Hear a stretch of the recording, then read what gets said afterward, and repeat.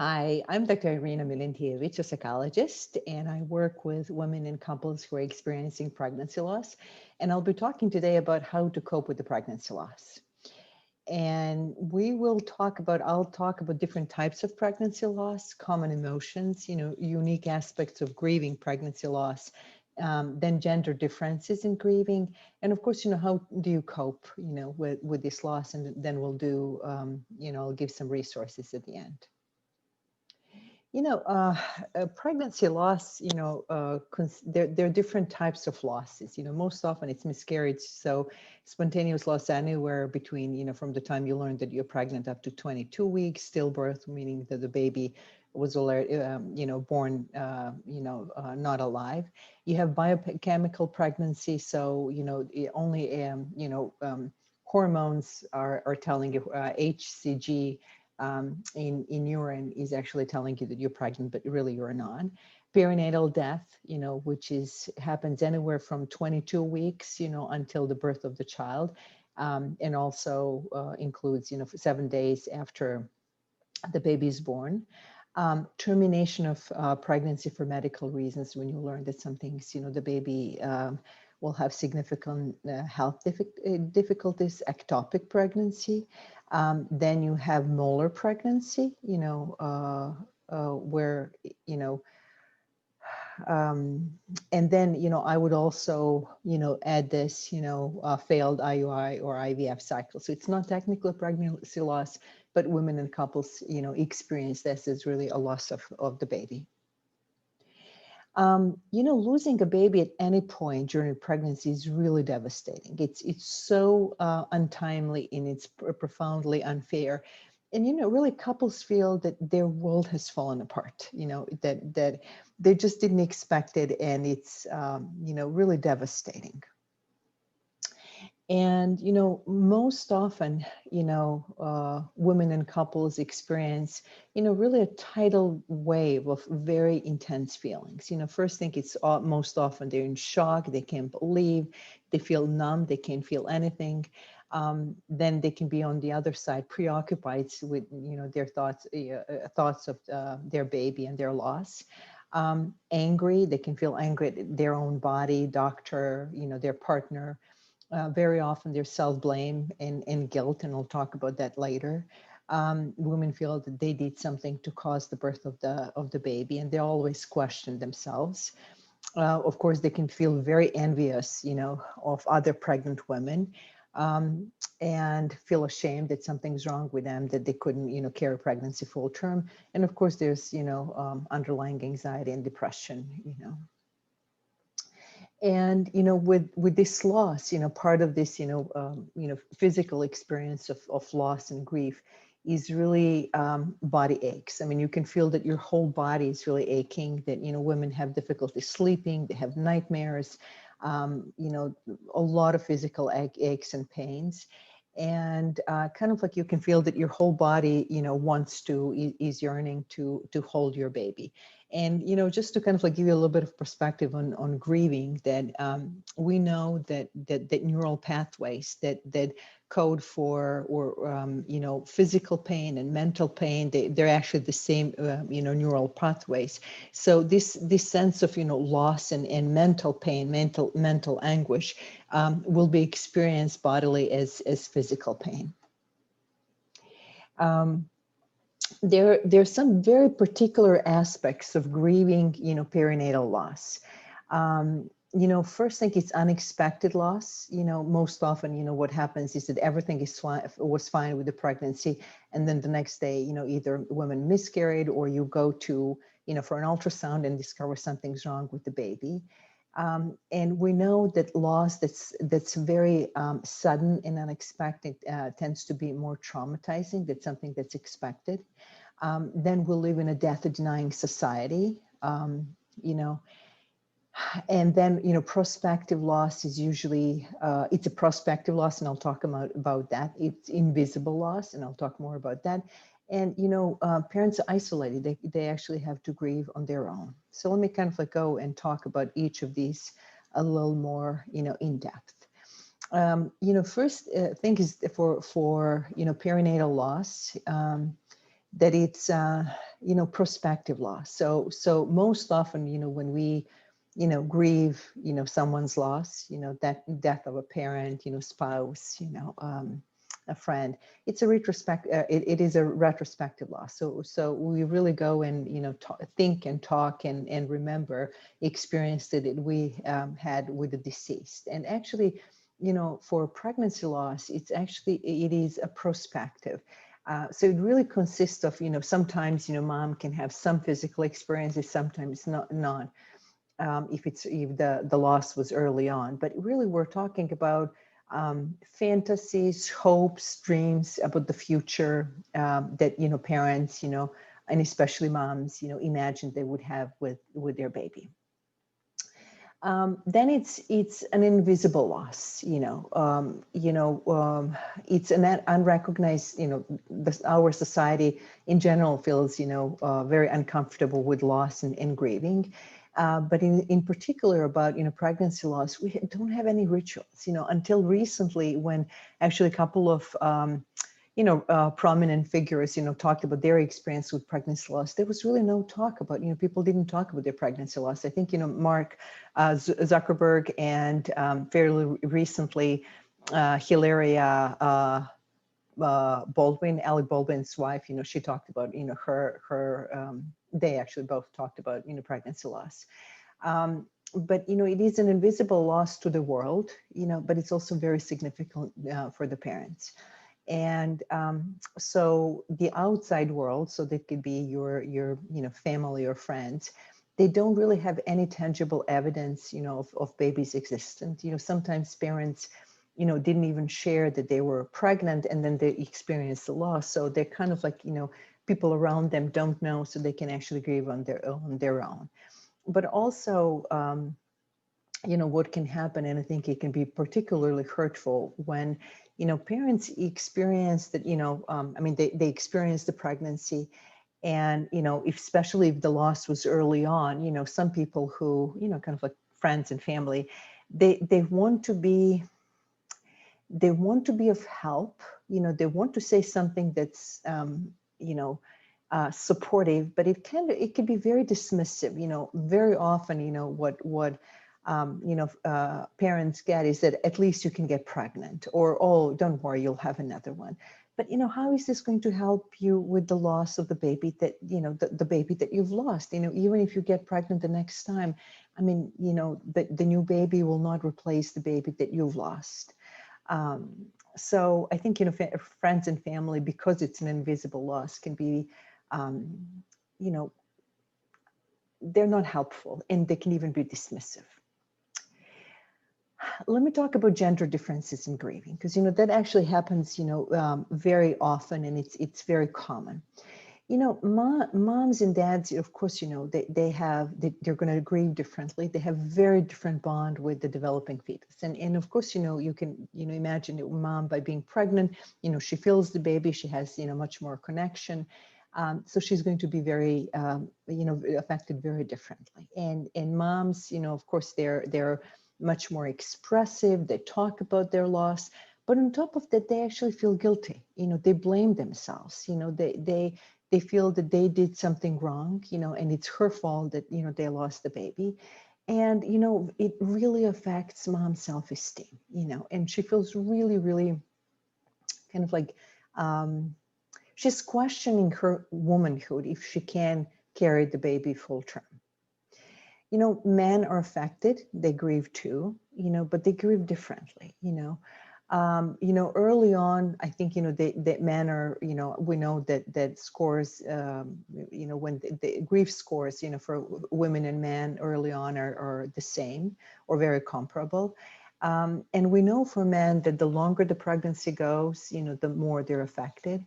And also, especially if there was a pregnancy with ultrasounds, so that the father could see the baby, that affects, how he's going to grieve. But in general, their grief reaction is shorter in intensity and in duration. Most often fathers have difficulty working, sometimes they can drink, and also, they tend to withdraw. I think women too, but for men in particular, they That's very often their coping strategy. Fathers do not experience the same amount of guilt and self-blame like mothers do. And, moms feel that her body failed the baby. And on the other side, men feel that he uh, failed his wife as a protector, like he didn't protect his wife, and his baby.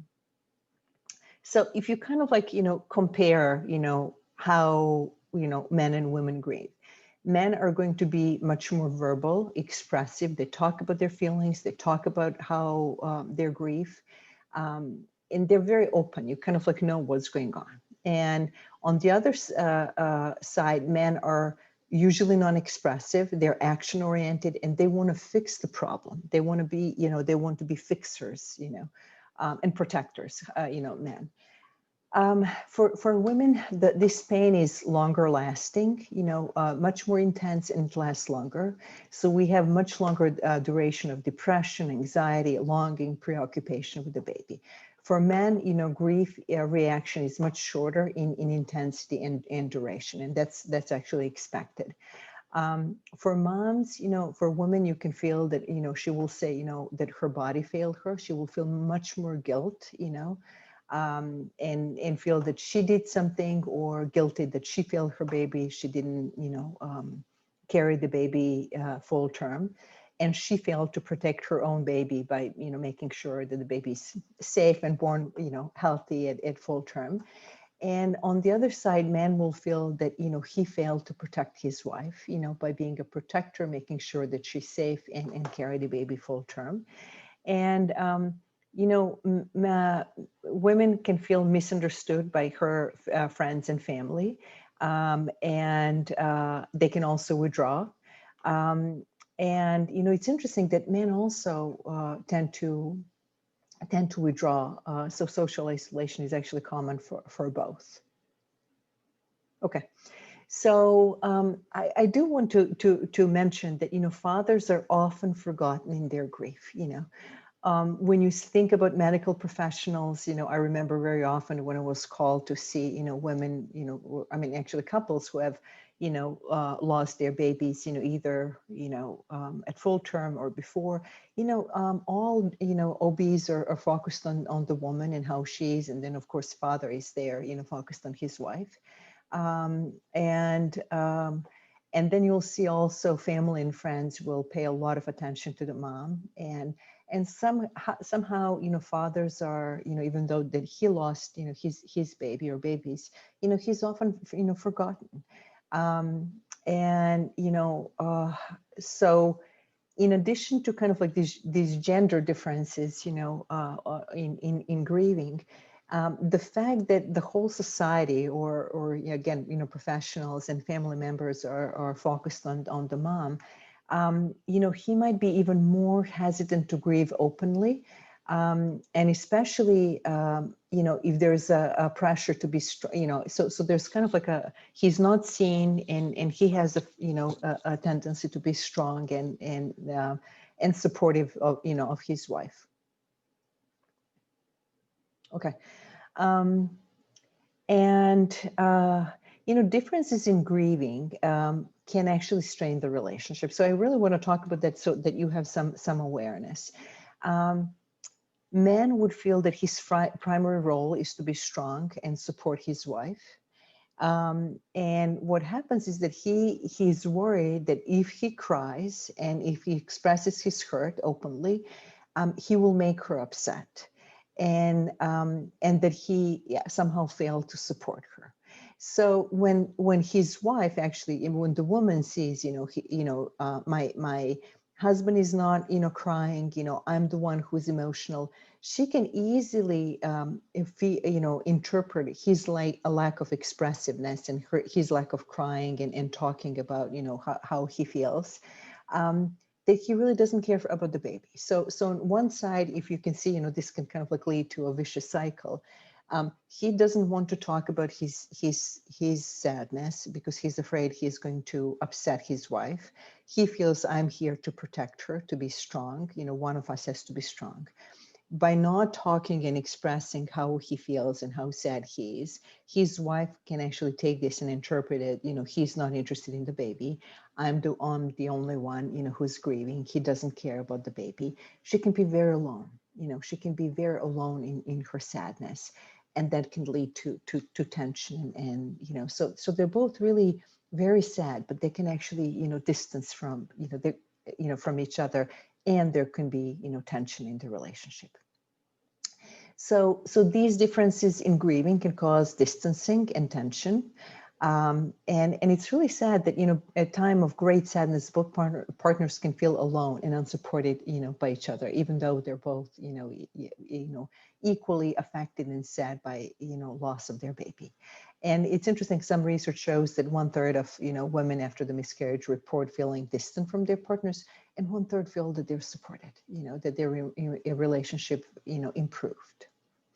So let me move on and talk about and think, about what is it. Let's think about grieving. Let's think about how can you heal from this really, awful loss. Most often you can have, women can talk about, how long does this take? It's really hard. It's really painful. How long will I grieve?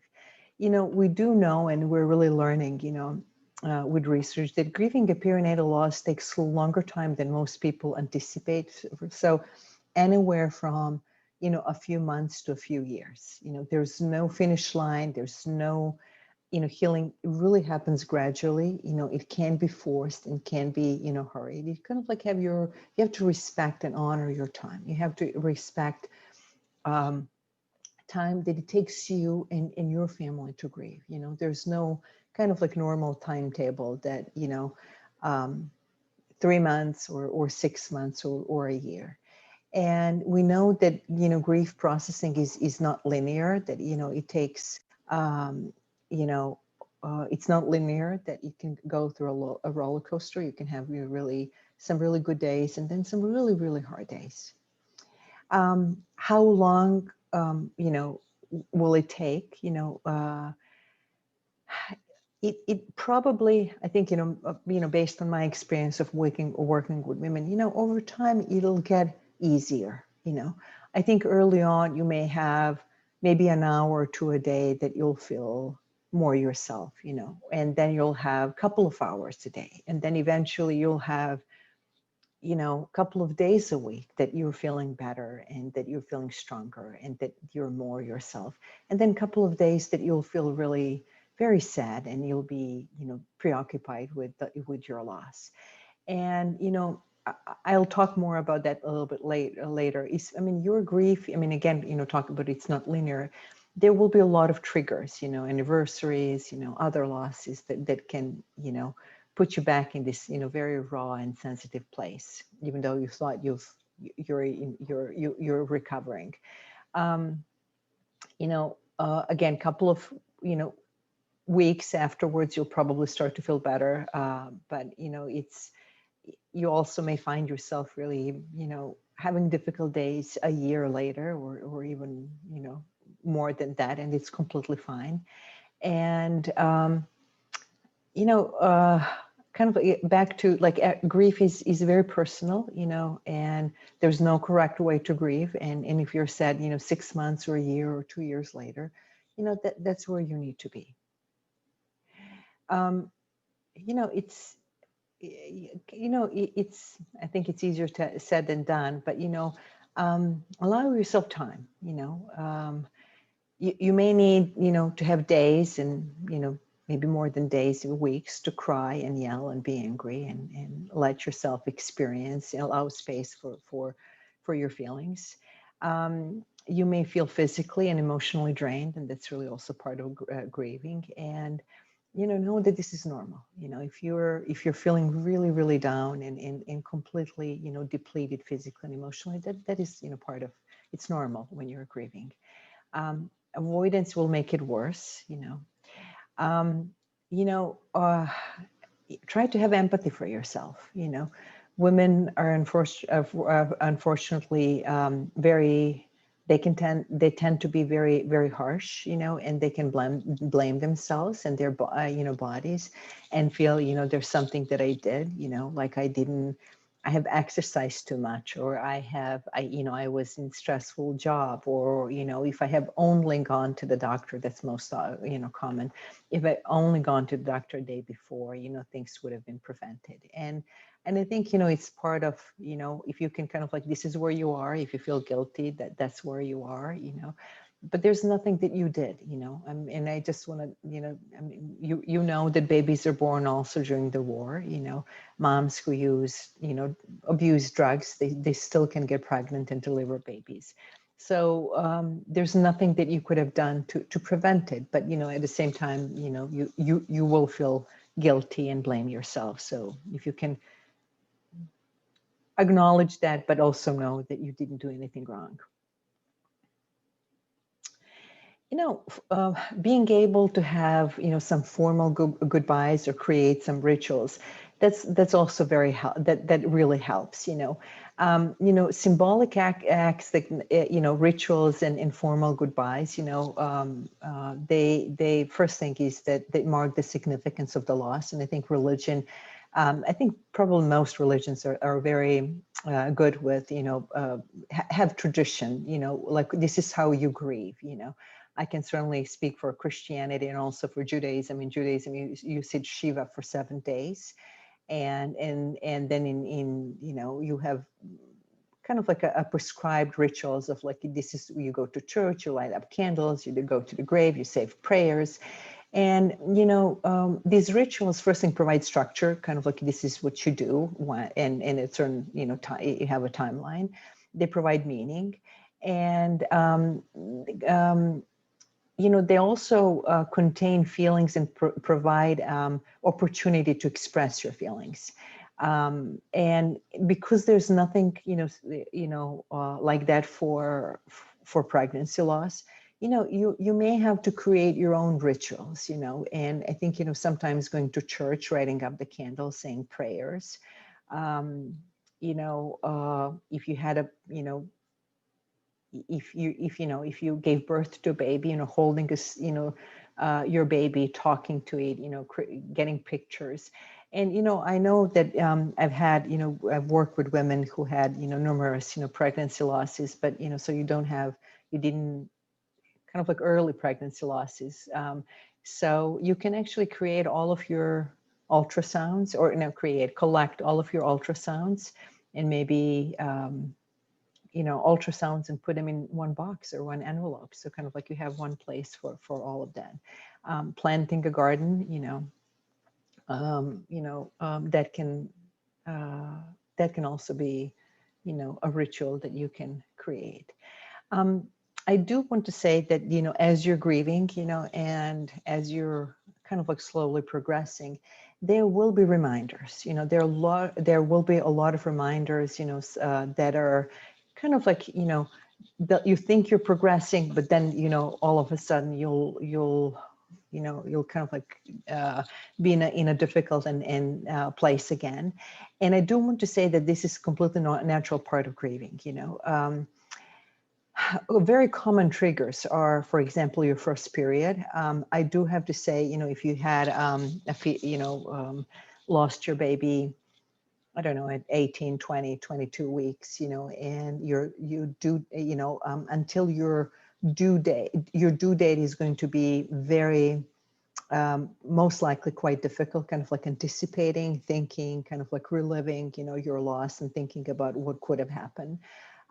Getting close to your doctor's office, or the building itself, seeing other pregnant women, and especially if you were, I think, what's also very hard, if you're pregnant, at the same time with either your friend or your relative or, your colleague, kind of like, seeing this other woman who's progressing with pregnancy and you're not, and later on her having the child, is always going to be a reminder.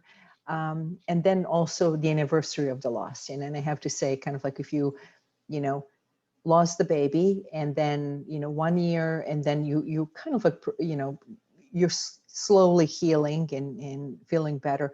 but a month at least, before your anniversary, you may, you may have be really anxious and really kind of like dread that time. And also next pregnancy is going to be, can be also very difficult. You kind of like can relive, your loss and what you've gone through. So I do have to say that this is where, counseling, grief counseling could be really helpful, because, um, if you're actively thinking and processing and really kind of like going to these places of, your first, your due date, or, seeing other women who are pregnant or delivering babies, or, definitely around the anniversary of your loss. If you can actively go and process those feelings, you're less likely to be triggered by by those events. And that's how, grief counseling can really help you. Okay. Also, something to be aware of, and I would say also prepare yourself, especially if you had, lost your baby, either stillbirth or, right around your due date. Um, we like to ask couples, do you have children, or how many children do you have? And it's really hard to answer that question and be, have the best answer. I mean, if you lost your baby and you don't have any children, so what do you say? I have no children. Or do you say, I have one child, but she's not alive? Or if you have, let's say, like, two children and you lost one, so do you say, I have three children, or I have, two children? So there's kind of like no right answer. So again, if you can, I bring this up so you can think about this, and maybe in order to protect yourself, think about the answer that you can use in different situations to really, that you're not caught off guard. Find support. Don't do it alone. And I think it's really important, to find people that understand what you're going through, that are going to acknowledge your loss. Of course, there are a lot of support groups, and sometimes it can be really your friends, or even your partner. But you need to find, people who are who understand what you're going through. And I think, especially for your family members and friends, you might need to coach them. You might need to really tell them exactly what you need. That there are days that you're going to feel really down, and that you actually want to talk. That it's kind of like you need to be in this place of being sad, and that you do want to talk about your baby, and you don't want them to. You want them to, your friends to listen to you and not offer any suggestions, but really just be there to listen to you and reminisce and about your baby. Grief counseling is very helpful. It's usually fairly short term.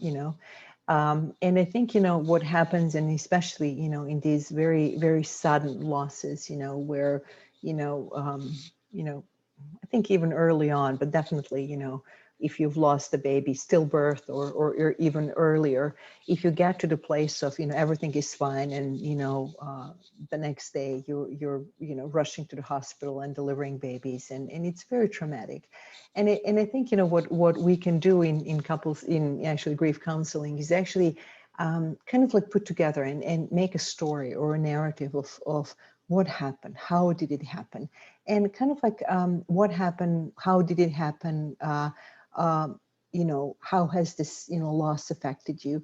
And it really helps you process the grief. And I mentioned earlier that you can actively think and process those triggers of your loss, so that you're less kind of like caught off guard when you're faced with triggers. And I think, getting ready for the next pregnancy can also be very, very challenging. And I think, by talking and processing the loss, you will be getting ready for the new pregnancy.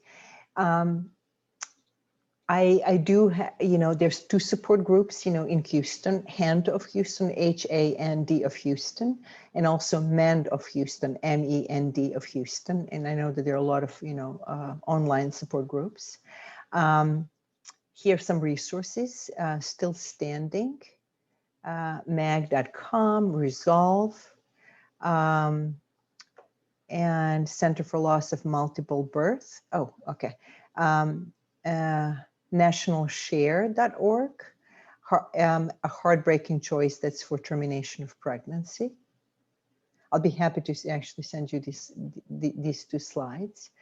And I do want to say, even if you've recently, experienced a loss, it probably feels unbearable, and that's completely natural. I have to say, grief is going to be time limited, even though it feels, you're never gonna, get over your baby.